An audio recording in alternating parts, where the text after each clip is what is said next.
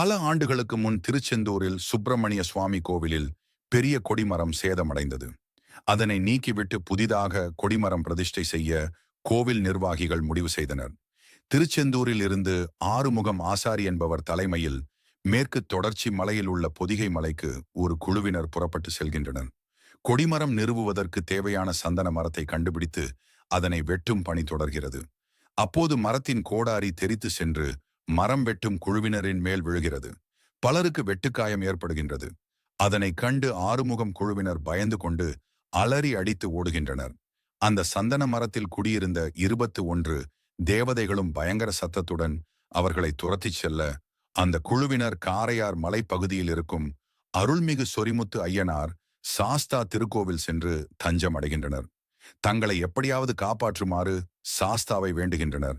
அப்போது சொரிமுத்து ஐயனார் தோன்றி அருள் புரிந்து, என்னுடைய சகோதரனாகிய முருகப்பெருமானின் கோட்டைக்கு கொடிமரம் கட்டுவதற்கு நீங்கள் எடுத்த முயற்சி என்றும் வீண் போகாது என்று சொல்லியவாறு பயமுறுத்தி துரத்தி வந்த 21 தேவதைகளையும் அழைக்கிறார். உங்களுடைய இருப்பிடமாகிய மரத்தை வெட்டியதால் ஏற்பட்ட கோபத்தின் காரணமாக இவர்களை துரத்தி வந்திருக்கிறீர்கள் என்பதை நான் தெரிந்து கொண்டேன். நீங்கள் குடியிருப்பதற்கு என்னுடைய கோவிலில் இடம் தருகிறேன். அன்று முதல் தேவதைகள் அனைத்தும் சாஸ்தாவின் கோவிலில் தங்கிவிடுகின்றன.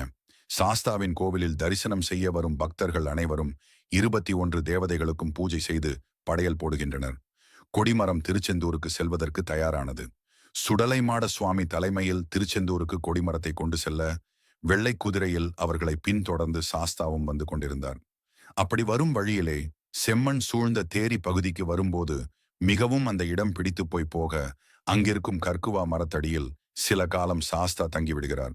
அதன் பின்னர் அந்த ஊரில் வாழ்ந்து வந்த மிராசுதார் கனவில் தோன்றிய சாஸ்தா தனக்கு விருப்பமான கற்குவா மரத்தடியில் ஒரு கோவில் எழுப்புமாறு உணர்த்துகிறார்.